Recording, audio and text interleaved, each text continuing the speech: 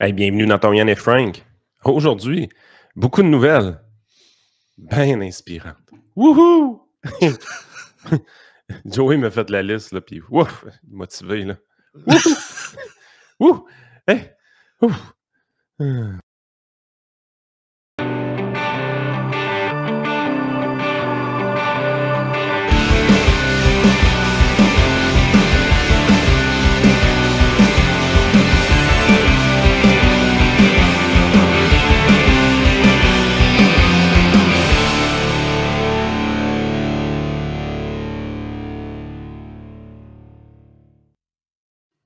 Hey, sincèrement, après une journée de congé comme on a eu hier, où est-ce qu'il faisait comme vraiment beau, à part peut-être le petit orage le soir, il y a un de mes amis Facebook qui n'était pas content après Météo Média. Il avait tendu son patio, Colin, puis Oh non. il annonçait pas d'orage. Il y a eu un orage. Il n'était pas content. Mais non, une méchante belle journée. C'était le fun, c'était relax, 26, 27, 28 degrés. Pas assez chaud pour avoir plein de gauchistes qui nous disent que la terre brûle. Pas de moustiques. Super le fun. En plus, congé. Mon doux Seigneur, là, c'est la fête de la reine, de l'or des ormeaux. Ben non, c'est les patriotes. On s'en calisse, on est en congé. Toutes les caribous sont en crise après Desjardins. Pourquoi? Qu'est-ce qui s'est passé? Ah, t'as pas vu ça? Ouais, Personnellement, je voulais pas. Une chose, avec la fin de semaine qu'on a eue, j'ai rien vu aller. Ah, que j'ai rien vu aller. Ben, personnellement, je voulais pas en parler parce que je trouvais vraiment que c'était juste insignifiant. Là. Mais. Ah, que ça, Anthony Hopkins qui va jouer César dans un film. OK, retour à... Non, parce que ça vient de me porter dans la face. Après ça, c'est moi le TDAH de la gang. Ouais, je sais. Non, mais c'est quoi la base de Desjardins? Je vais trouver l'image. C'est bon, faut que je m'en rappelle. Ouais. Parce que là, bien évidemment, parce que, un peu comme dans toutes les journées fériées, il y a des entreprises qui mettent des affiches pour dire, mettons, nous sommes ouverts ou nous sommes fermés durant les journées, quoi que ce soit. Et Desjardins ont dit, en fait, une image pour dire Journée nationale des patriotes, nos bureaux seront fermés lundi 20 mai, nanana. Mais c'était cette image-là. OK, puis... Là, ah, il y a le drapeau du Canada. OK. Ben oui. Ouais, mais c'est parce que c'est une hérésie, Yann. Ouais, mais là... Ben, tu sais, je comprends, là. C'est comme, je sais pas... Si t'écris Journée nationale des patriotes, puis tu mets le drapeau du Canada, ça fait pas. Tandis que c'est ça. La fête de dollars, ben là, ça fait peut-être un peu plus. Puis la fête de la reine, ça fête aussi, ça marche aussi. C'est la fête de la reine Victoria, ça, je pense. Ouais, la reine Victoria. Non, c'est pas ça. C'est pas la reine Elisabeth, en tout cas. Il y a juste genre un mismatch dans le titre puis l'image, probablement. Mais tu sais, je veux dire, pas la fin du monde, là. Quoi, les caribous sont en train de sortir le cash de Desjardins? Ah, les médias ont fait leur job, ils ont demandé à toute la classe politique de réagir. Parce que, tu sais, hashtag grands enjeux. C'est quelque chose. Mais justement, en parlant de caribous, ça les patriotes, Joey, c'était-tu des Canadiens français? Oh oui, ben c'était la 1837-1838, la fameuse révolution des patriotes. C'était des Canadiens français dans ce temps. Ouais. OK. C'est ça, avec Louis-Philippe Papineau puis tout, là. Il est où le problème? Non, mais il y avait... Canadien français. Ah, parce que là, c'était le haut puis le bas Canada, Yann. Puis c'était avant. Puis en fait, c'est ça. Plusieurs voient ça comme une... Puis tu sais, je les comprends aussi. Parce que, tu sais, c'est la suite de la Révolution des Patriotes qui a foiré. Là. En tout cas, la tentative de Révolution des Patriotes qui a forcé l'acte d'union des deux, du haut puis du bas Canada, qui a fondé le Canada par après. Là. Ah, mais c'était des Canadiens français. Il est où le bug avec le drapeau, là? On vit encore ici, puis on est encore Canadiens. Le pays n'est pas fait, les amis. Au lieu de capoter avec votre pays, là, vous auriez dû vous occuper de votre pays là, en fin de semaine, au lieu de faire ça. Là. Sérieux, Desjardins ne mérite pas de se faire toaster pour ça. Là. Puis c'est... By the way, Desjardins, c'est un de mes compétiteurs. Tu sais, je veux dire, je veux pas qu'il se fasse toaster pour les cochonneries de caribou de même. Là. Ça n'a pas rapport. Là. Surtout en plus que c'est pas une banque, c'est pas comme la Banque nationale ou whatever. Les Desjardins, c'est la banque québécoise. Là. OK, là, je sais, il y a Laurentienne, là, mais vous comprenez ce que je veux dire. Là, ouais, Laurentienne, ça achève. Ouais, ça achève, là, mais en tout cas, c'est pour dire que la petite caisse populaire dans un petit village, je me dirais qu'il y en a beaucoup moins de cet incite. Ça a toujours été Desjardins pas mal partout. En tout cas, moi sérieusement, Desjardins est pardonné. Je veux dire, hey, ils ont mis c'est le drapeau du Canada, c'est pas un sacrilège, là. Je comprends que pour certains péquistes ultra caribous, pour eux autres, c'est Satan en personne. Mais je veux dire, on n'est pas tous débiles de même, là. Moi, je suis capable de voir le drapeau du Canada sans virer fou, là. Calmez-vous, les caribous, là. Ça fait pas mal. Mais là, le pays s'en vient, Yann. Ah ouais? C'est ça. Ben là, je vais mettre la vidéo, mais vu que c'est ça, on est sur la partie gratuite et compagnie, je vais enlever le son, parce que des fois, avec les maudites soundtracks de whatever... Ils ont-tu le mémo que depuis que le PQ a monté, la souveraineté n'a pas monté? Ils savent-tu? Savent-tu pas? Ils sont pas au courant? Je pense qu'il y en a certains qui le savent, mais d'autres ne savent pas, puis ils se disent non, il faut double down. Fait que, Ok. écoutez, malheureusement, c'est ça pour les faire des droits d'auteur, je ne mettrai pas de son, mais voyez un peu, en gros, c'est ça, c'est que c'est PSPP qui fait une narration, explique justement, c'est ça, ce qu'on a déjà entendu depuis plein de fois, là, on envoie 80 quelques millions, 4 milliards, 82 milliards du fédéral, puis qu'on ne reçoit quasiment pas de service, c'est l'éternel casse-tête finalement. Là. C'est quand même bien monté. Il faut que j'y donne là, le côté tout gris, puis vous allez voir au fil du temps, là, toute la couleur va revenir, puis c'est le printemps, puis les lendemains qui chantent, puis c'est ça. Côté production, j'ai rien à lui donner. Là, c'est vraiment bien fait. Là. Mais c'est ça, regarde. Ils sont vraiment en mode souveraineté all the way. On faut ramener notre argent ici et tout ça. Puis c'est ça. C'est du double down encore en fin de semaine. Ben écoute, là, je commence à être un peu tanné de leurs affaires, là, le 82 milliards. Là. À imaginer ce qu'on pourrait faire avec ce 82 milliards-là. Première des choses, là, on fait déjà des trucs avec ça. Parce qu'il y a une grosse partie de cet argent-là qui est envoyé qui nous revient en transfert. OK? On reçoit plus qu'on envoie. Mais je sais. Il faut tout le temps tout expliquer. Mais tu sais, je veux dire, je comprends que le gars Tim Hortons ne comprend pas ça. Là, puis à son troisième refill de café, il ne comprendra pas plus. Là. Mais tu sais, je veux dire, on n'est pas tout épais dans la vie. Là. Je veux dire, c'est vrai que le fédéral ne donne pas beaucoup de services. C'est monté comme ça. C'est fait comme ça, puis c'est pensé comme ça. On est justement dans une fédération qui est quand même assez décentralisée, malgré le duo père-fils-Trudeau qui a passé hyper centralisateur qu'on a eu dans notre vie. Là. Malgré eux autres, là, c'est quand même une fédération décentralisée, ce qui fait que la plupart des services sont donnés par les provinces. Puis, pour donner ces services-là, ils reçoivent de l'argent du fédéral, justement. Je veux dire, sur le 82 milliards, là, il y a des dizaines de milliards qui reviennent juste en transfert. C'est des chèques.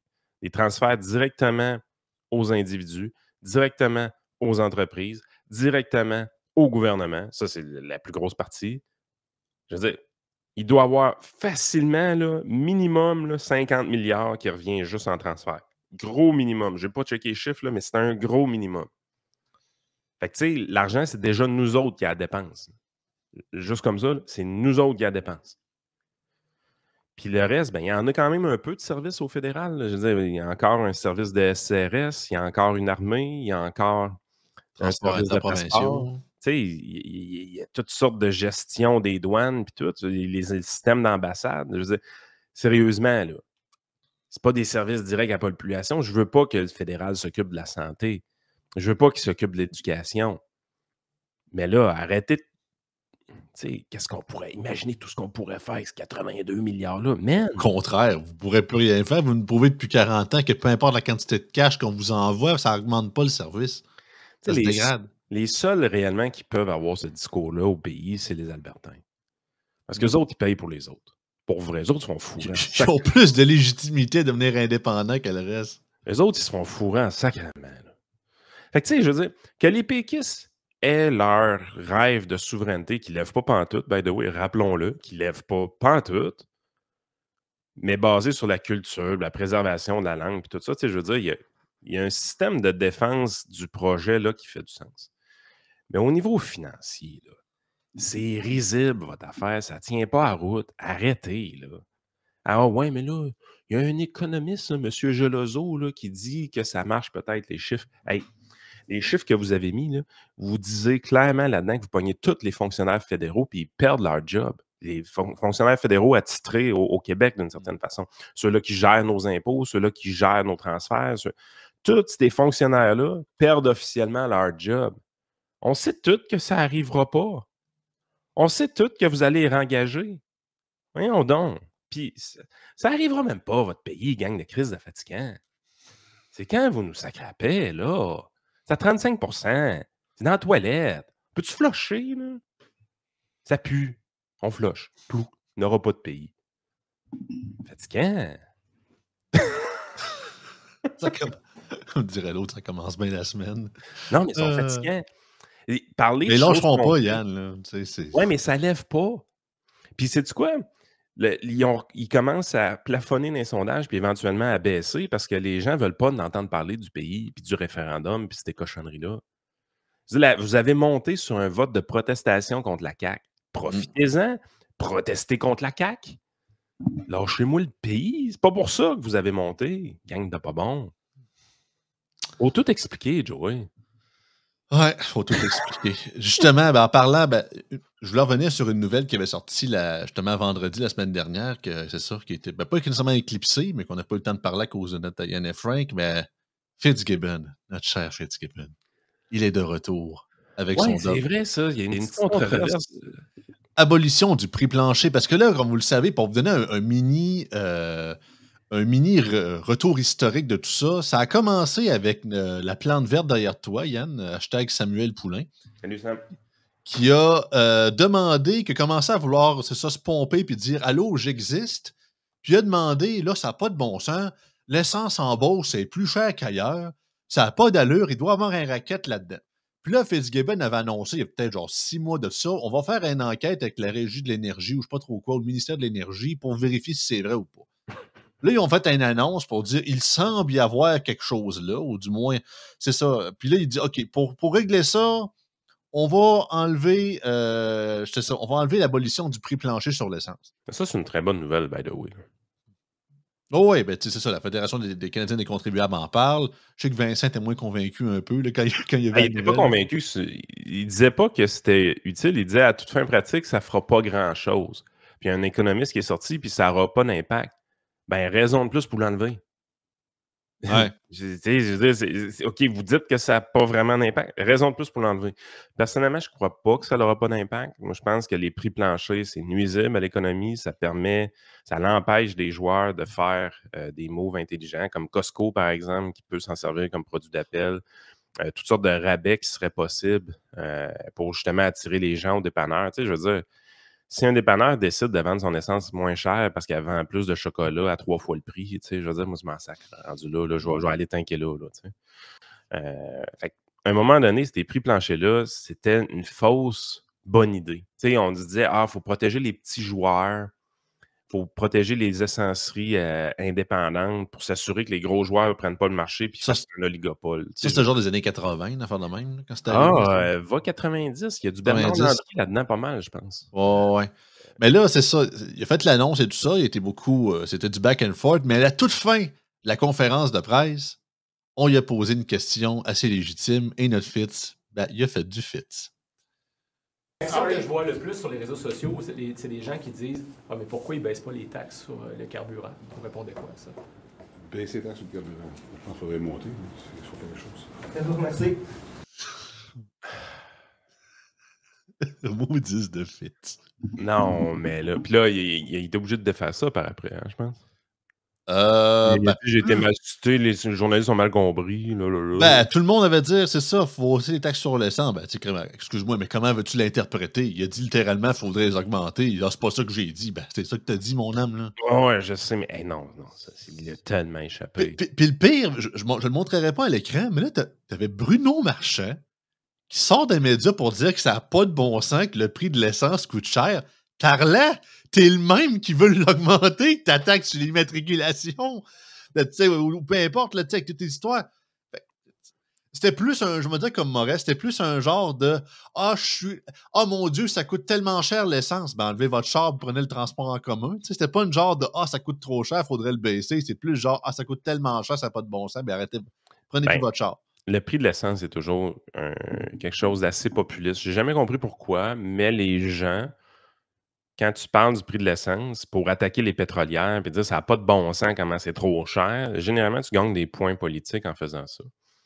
Le bug, c'est que là, présentement, les gens commencent à réaliser que c'est toute le cochonnerie de taxes carbone puis de taxes sur l'essence qui fait que ça coûte vraiment, vraiment cher. Ah ouais, puis on a découvert la semaine passée que finalement, le Québec en a une taxe carbone. Là. On est comme à 6 quelques cents à peu près, puis Quasiment, c'est quoi? C'est ça. Au total, son compte fédéral, taxe carbone limite, c'est quasiment 60, entre 40 ou 60 quelques cents Ouais, du litre, quasiment qu'il y a uniquement des taxes ou des taxes. Là. C'est 32 à 35 du prix qui est carrément. Fait qu'on arrive dans ton range. Là. Ouais. 32 à 35 du prix qui est carrément des taxes.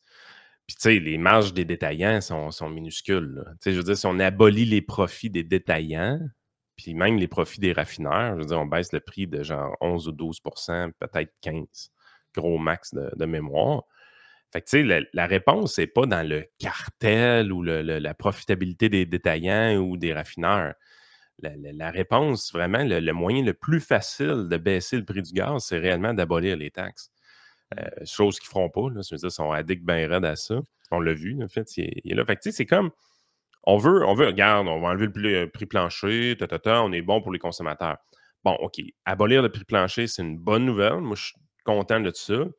Mais je vais dire, Vincent, il n'y a pas tort en disant, ben là, lâche tes bobettes de Superman, buddy, tu n'auras pas changé grand-chose dans l'histoire. Puis, en fait, on se rend compte que rapidement, tu es même prêt à augmenter les taxes sur l'essence. Je veux dire, le seul bon coup de la semaine que tu viens de faire, tu le défais en une phrase à la fin de la conférence de presse avec un sourire en coin. C'est ça, parce que là, vu que c'est pas une taxe qu'on enlève, ben là, ça passe. Enlever le prix plancher, OK, dans les médias, tu sais, c'est pas une taxe qu'on retire, tu sais, c'est comme ça, c'est encore, c'est semi-vertueux, ça passe. Mais dire qu'on voudrait baisser la taxe sur l'essence, non, ça, c'est une hérésie, là, tu sais, on touche pas à ça.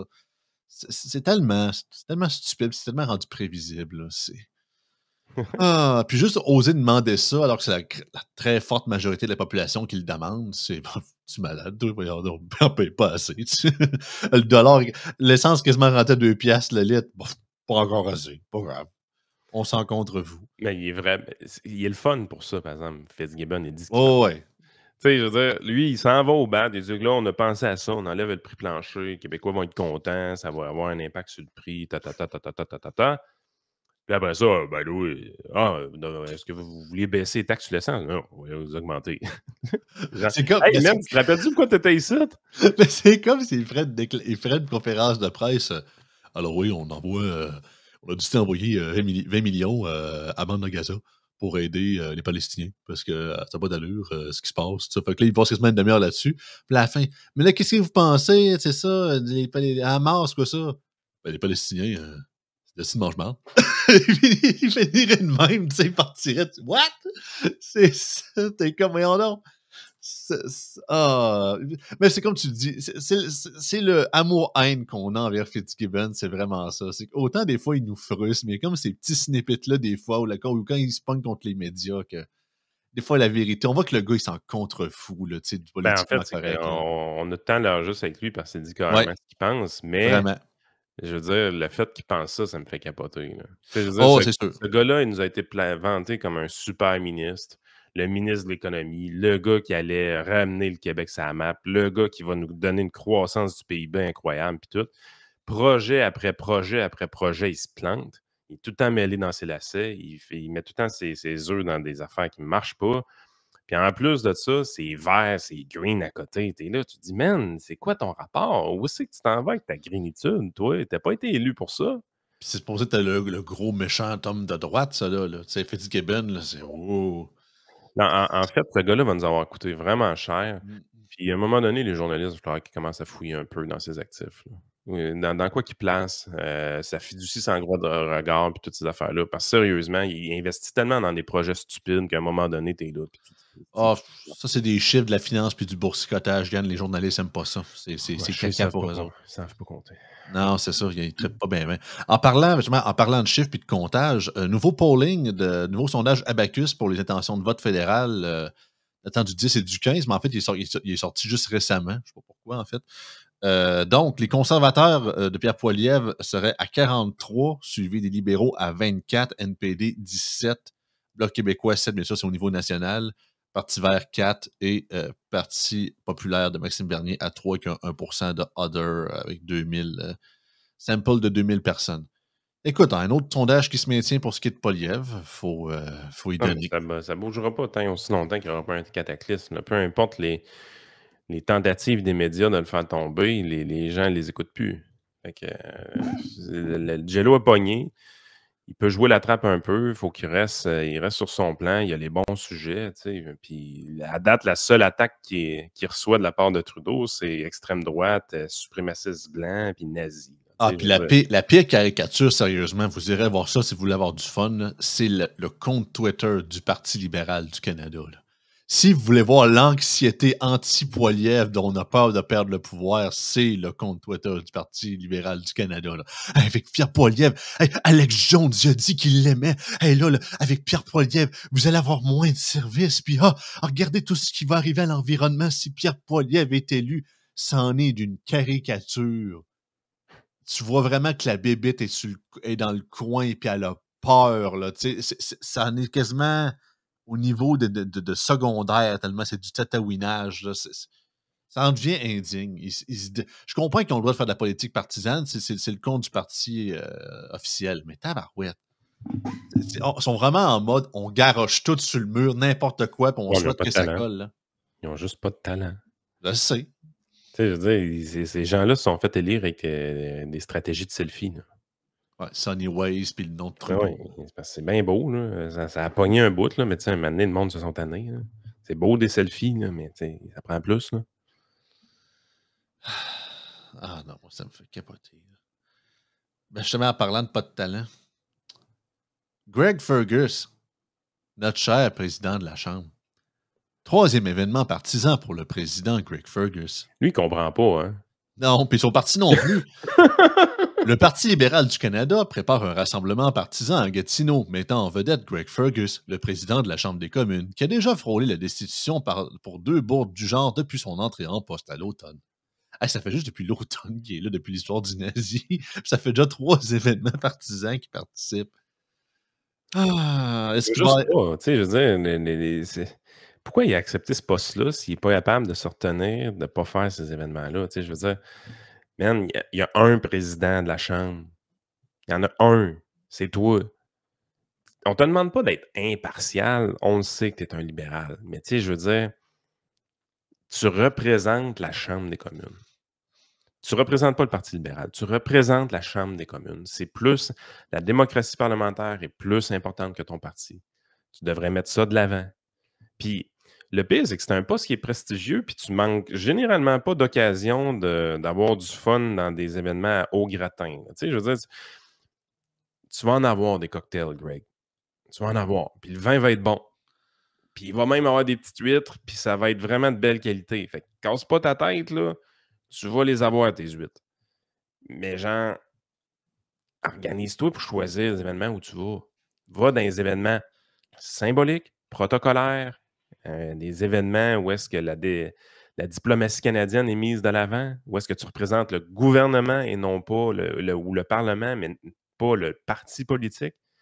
Mais les événements partisans, laisse ça à quelqu'un d'autre. Il manque pas de pancarte dans ton parti en plus. Là. Surtout que Greg Fergus, je vais juste vérifier, lui, il est député de... OK, ça se trouve être son comté, finalement, de ce que je comprends. Parce que c'est... Je ne dis pas que c'est touché, mais c'est facile. Justement, tu es président de la Chambre, faut que tu restes neutre quand même. Je comprends que d'un côté, il faut quand même que le gars se fasse son financement avec des événements. Non, il n'y a pas besoin. Là. Il peut laisser ça à son staff. Ouais. Je veux dire, les événements partisans, les événements de financement, quand tu es président de la Chambre, c'est pas yaoub, là. C'est pas yaoub. C'est dur à comprendre, ça.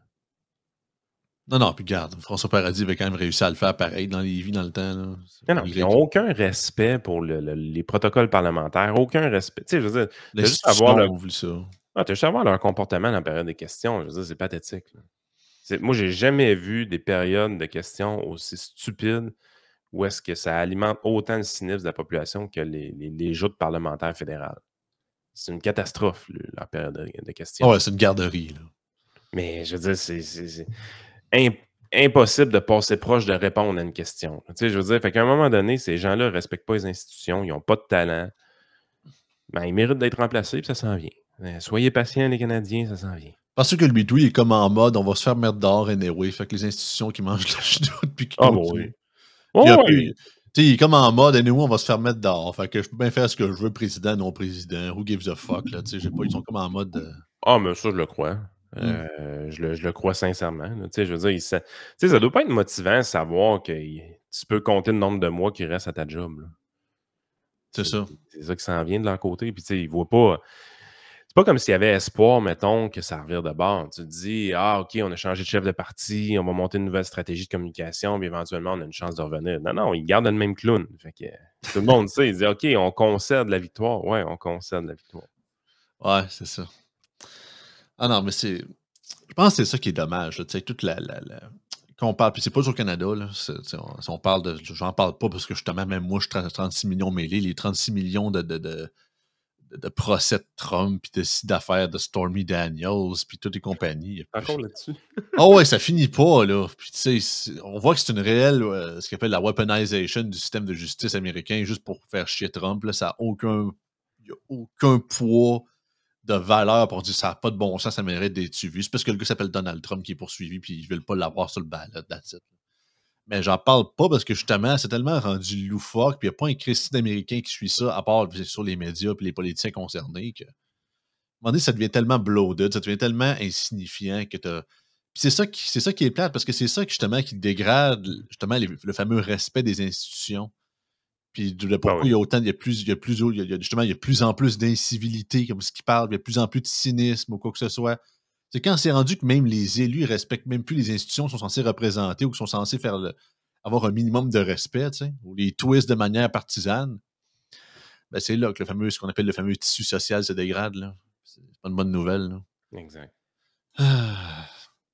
Sinon aussi, une autre nouvelle, ben on n'avait pas le temps d'en parler la semaine dernière, mais je trouve, on pourrait quand même en garder un mot.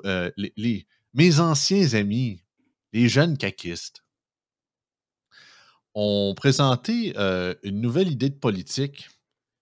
Les jeunes caquistes veulent interdire les réseaux sociaux aux moins de 16 ans. Face à l'utilisation de plus en plus précoce des réseaux sociaux, la commission de la relève de la coalition Avenir Québec, la CRCAQ, appelle le gouvernement Legault à interdire les réseaux sociaux aux moins de 16 ans. Plusieurs processus peuvent être mis en place, un peu comme l'Auto-Québec, fait pour vérifier que les personnes qui utilisent les jeux de hasard pour ceux qui ont 18 ans. La France, par exemple, of course, évalue la possibilité d'avoir un tierce parti pour vérifier l'identité. Explique Aurélie Dieppe, qui représente les jeunes caquistes, qui n'était pas là dans le temps que j'étais là, je pense. Je ne la connaissais pas. C'est ça, l'instauration majorité numérique de 15 ans, objectif protéger les enfants des réseaux sociaux, le cyberharcèlement, avec l'éducation. Parce que d'un côté, j'ai l'impression. Je suis comme mi-figue, mi-raisin sur ce sujet-là. Pas moi. Parce que d'un côté, je comprends que on voit vraiment que, puis on a parlé hier, pas hier, mais la semaine passée avec les stats que Scott Galloway avait sortis, l'événement des réseaux sociaux, puis le self-harm, puis l'impression reliée aux réseaux sociaux, puis la surutilisation de ça. Puis autant, moi non plus, je veux pas nécessairement qu'on interdise bord en bord et tout, puis je pense qu'on est rendu à un point que, tu sais, comme on dit, le chat est sorti du chapeau, là, tu peux pas tout d'un coup interdire de quoi qui vraiment comme fait grandement partie de nos vies puis qui est interconnecté avec vraiment tout, là. C'est rendu too late, my friend, là. The ship has sailed away, comme dirait l'autre. Mais encore là, pour ce qui est de l'école, mettons, dans les classes ou quoi que ce soit, je pense qu'il y a des règles à mettre en place, mais une interdiction bord en bord, je suis pas du tout d'accord, là. C'est pas de le calice d'affaires comment je gère ma famille. That's it. That's all. Décrisser ma gestion parentale. Merci. Bonsoir. Moi, gérer mes enfants. Gérez vos shit. Hey, là, tabarnak, là. Moi, là, je commence à en avoir mon esti de troc de les voir rentrer dans nos vies de même. Ouais, mais les réseaux, c'est un... Hey, asti, penses-tu que les parents sont pas au courant? Penses-tu qu'on fait pas nos affaires? Allez chier, OK? On va gérer nos affaires, là, puis avec nos méthodes, là, puis ça va être plus efficace que vos hosties de niaiseries. Pensez-vous vraiment que c'est de même qu'on éduque un enfant en interdisant tout? Voyons, sacrement. Semble-t-il qu'aujourd'hui, ça l'arrête le réflexe est toujours utilisé. Hein? On interdisait des affaires quand les enfants avaient 8 ans. Sais-tu quoi? C'était intelligent. Parce que à ce moment-là, c'est la façon de fonctionner. Mais avec des adolescents de 12 à 16 ans, c'est pas l'interdiction qui fonctionne, gang d'épais. C'est pas ça qui fonctionne. Au contraire, c'est l'éducation, c'est la prise de conscience, c'est la bienveillance, c'est la discussion. C'est ça qu'on fait, OK? Sensibilisation. Ben oui, mais c'est ça qu'on fait. On sait que c'est un enjeu. On est au courant. On est au courant. Mais on est capable de le gérer comme des grands, avec des outils modernes, avec de la discussion, de la transparence. C'est nos ados, c'est pas les vôtres, esti. Décrissez de nos familles. Sortez de nos maisons. Rentrez pas sur nos terrains, ma gang de pas bons. Décrissez de nos vies. C'est assez, là.